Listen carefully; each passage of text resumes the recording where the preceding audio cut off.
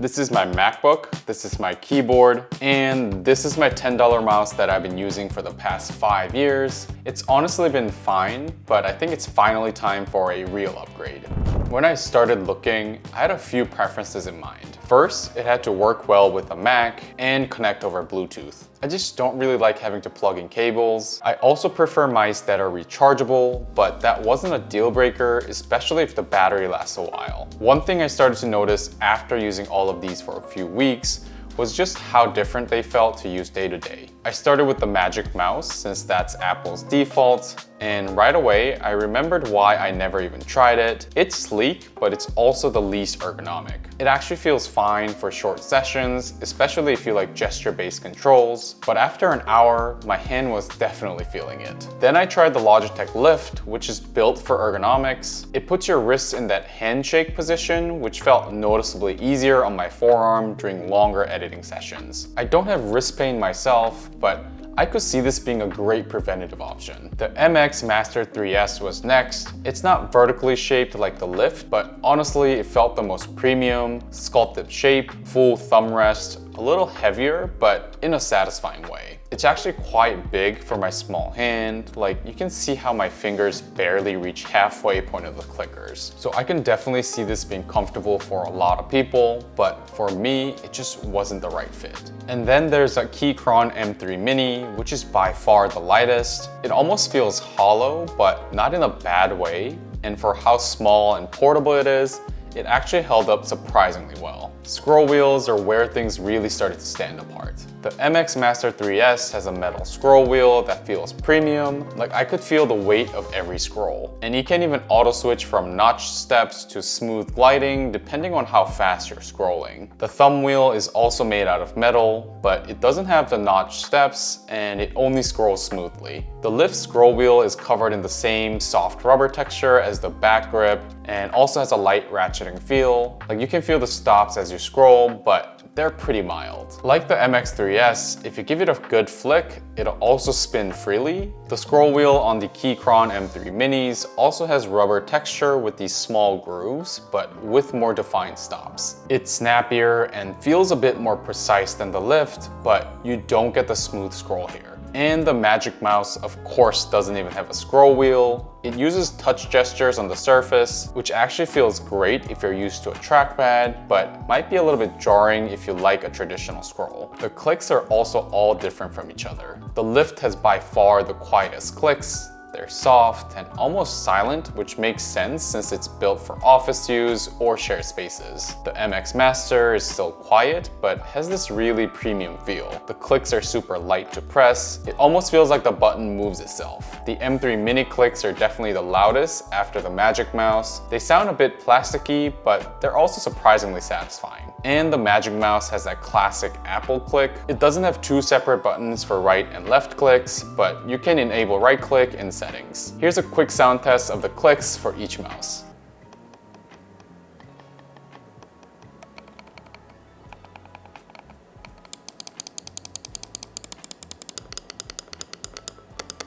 Before we get into the features of each mouse, let me quickly tell you about a portable monitor that I've been using from today's sponsor, UPerfect. This is their 13-inch MacBook Mini monitor, a super slim and lightweight 4K OLED portable display that's designed to give you extra screen real estate anywhere you go. For me, it's been especially useful when I want a dual screen setup outside of my home office. Normally, carrying around a second monitor can feel bulky and heavy, but this one is so thin and compact that it literally slips right into my laptop bag alongside my MacBook. The display itself looks amazing. It's 4K UHD with really sharp text and vibrant colors. And I'm not exaggerating when I say this, but it looks way better than my monitor I use at my desk setup. Even so that I sometimes use it instead to watch back my videos when I'm editing for color accuracy. And it pushes up to 400 nits of brightness, so it's usable indoors and even in brighter spots like a cafe. Another thing I appreciate is the connectivity. It's got two full functioning USB-C ports and a mini HDMI input, so you can hook it up to a MacBook or even your iPad, basically anything that supports USB-C or HDMI. And one detail I have to point out is that the cover that it comes with also works as a stand. You just fold it back like this, and it props up securely on any surface. If you want to check it out, UPerfect has hooked me up with some discounts for you, so check out the description box below. And let's get back to what you can actually do with these mice. Starting with buttons and controls, the MX Master 3S is by far the most feature-packed. It has the usual left and right click, but also has a second scroll wheel on the side, a dedicated gesture button under your thumb, and extra buttons you can remap for just about anything. You can customize using Logitech software called Logi Options Plus, and it takes a bit of time to set it up, but once you do, it really unlocks the productivity side of this mouse. It's nice to have shortcuts for Premiere Pro, like scrubbing through and zooming in and out of the timeline. The lift is much simpler in comparison: left-right click, scroll wheel, and 2 side buttons. It also supports customization through Logitech software, so you can remap buttons or set up app-specific controls like the Master 3S. But obviously, you just won't get as many inputs and variety without all the extra physical buttons. Quick note that the Lift is the only mouse out of the bunch that uses a single AA battery, which surprisingly lasts up to 2 years. So in a way, it might actually be better than having to recharge. The Keychron M3 Mini keeps things pretty simple when it comes to controls. You get the basics like left and right click, scroll wheel, and 2 side buttons. But unlike all the other mice, this one has Bluetooth and a 2.4 GHz connection using this little dongle it comes with,